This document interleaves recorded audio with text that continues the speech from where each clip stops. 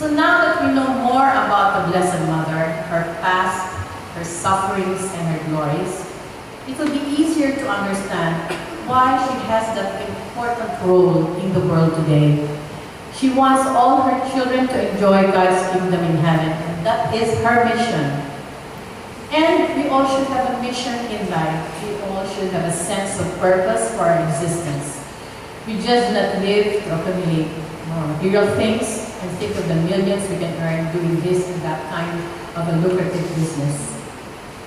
Those millions and billions will not mean anything when judgment comes.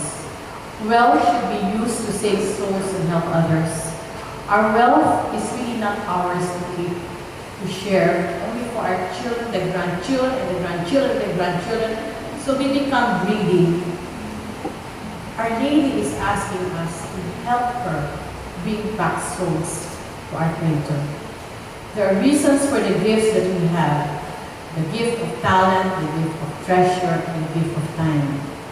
It is important to know and to understand our purpose in life, as it is essential to know and understand what it is that God wants to do with us. All of us should have a sense of mission and a clear, good vision of where we are going. You know, when we understand our purpose, we have a roadmap in front of us that is a useful and necessary life. However, if purpose is our journey and destination, then passion is the fuel that's going to get us there, and it's vital for us to keep that fuel in well-stocked supply.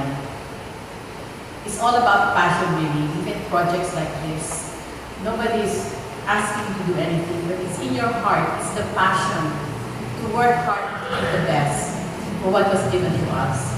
You see, friends, life without purpose and pursuit passion is a life not worth living. We all need a good reason to get up every day, and we need to find the passion, the spark that keeps us motivated and moving. We need to have that enthusiasm. The human heart was made for passion, for strong desire to reach for something beyond ourselves. We need to be able to celebrate each day of our lives, no matter the circumstances. You know, life has become monotonous to some.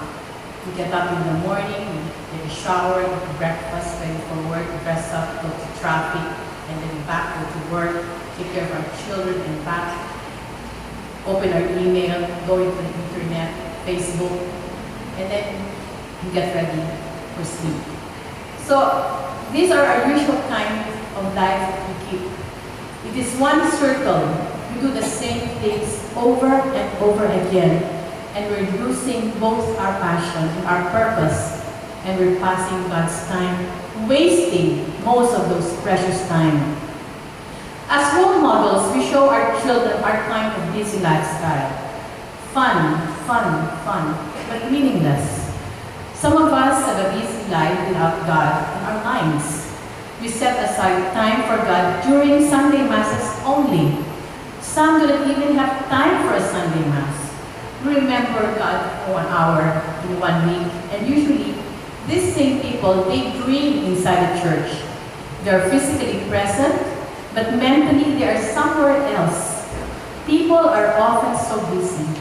Hardly any time to pray, hardly any time to visit the Blessed Sacrament, and hardly any time to worship and thank God for all the blessings. This has to be changed. People are following the wrong path. That is why when there is absence of God, miseries and troubles come. God is the giver of time, and we insult Him when we say we have no time for Him.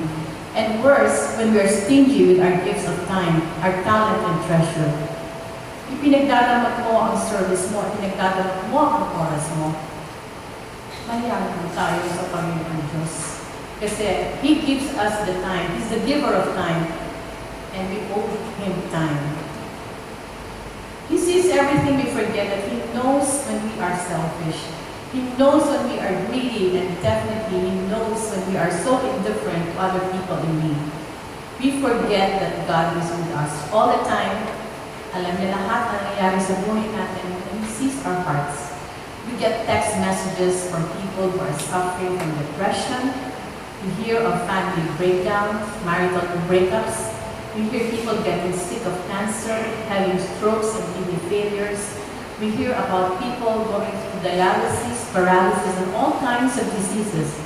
And we get news about deaths of our loved ones, and we go to wakes to realize our life could be so short. Very short. So when we die, we can no longer be of good use to God. How useful were we when we were alive? Did we make a difference at all for mankind and for heaven to welcome us to God's eternal kingdom? Millions of people have asked, what am I here for? What is my purpose? Our purpose is to give. Our purpose is to serve. And we must show our love for God. And that is what our Lady is telling us to do. And I repeat what I said earlier. That mission is the urgent need of transforming the reign of sin into the reign of Jesus Christ. It is through the Blessed Virgin Mary that Jesus came into this world, and it is through her that he must reign also in this world. And the purpose is simple. Those who are consecrated to Christ with the hands of Mary will be bound, one, to destroy the kingdom of evil, two, to establish the reign of God, and three, to spread his kingdom throughout the entire world. You know, I always tell my children, sin causes misery. I always fear to sin because I know there's always a consequence of sin. There's always a cause and effect. If Adam and Eve were driven out of paradise as a consequence for their disobedience to God, do you see blessings coming our way if we have leaders who neglect to go to Mass and who neglect their prayer life? How can our country be blessed when our elected officials promote the culture of death and push bills that would devalue family life and promote moral degeneration? Would God be happy if we continue to promote sexual promiscuity by giving away birth control pills, condoms, and teaching sex education to our children of 5 years old and lecturing them about safe sex at puberty? We are not just facing a disturbing moral crisis in this country, we also are facing a faith crisis. We no longer know what sin is. We have lost our sense of sin, and we have lost our sense of God. Do we still see people go to confession, or we see hundreds in line for communion without people going to confession? Nakakalimutan na natin ang 10 Commandments. So anyway, God is a merciful God. Communion ako, even if I have mortal sin. Not realizing that we are missing the grace of confession. Every time we go to confession, we get the grace. So even if it's just a small sin, we still need to get the benefit of the sacrament of reconciliation. We have been offending God, and Jesus is crucified over and over again. With our total indifference, we see all of those around us, and what are we doing about this? All of us, we're all Mary's cohorts. We are Marian lovers. Our Lady is guiding us. After all, we are her favorite children.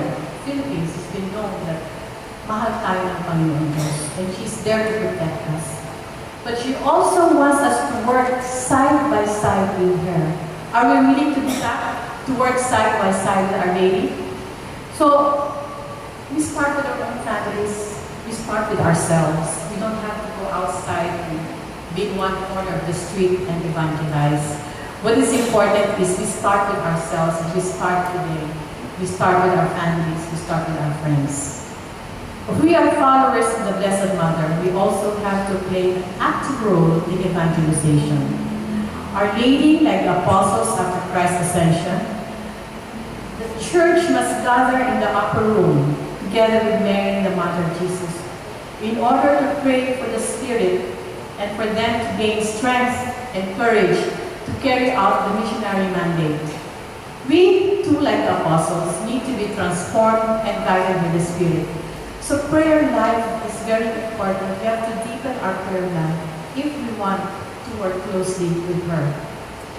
We are given through this recollection a crystal clear instructions to consecrate our lives to the sorrowful and Immaculate Heart of Mary. So I urge you to say yes, your fiat to what our Blessed Mother has to tell you. Embrace God's will and the promptings of the Holy Spirit, and you will see the new person in you. Thank you, and please be blessed the rest of the day.